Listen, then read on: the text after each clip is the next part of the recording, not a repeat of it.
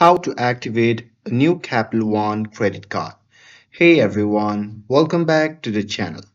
So if you just got your Capital One credit card, well, in this video, we will show you how to activate it. So now, without further ado, let's get started. So first thing first, open any web browser and now here, once inside the web browser, to activate your Capital One credit card, just click on the search bar and simply search for capitalone.com/activate.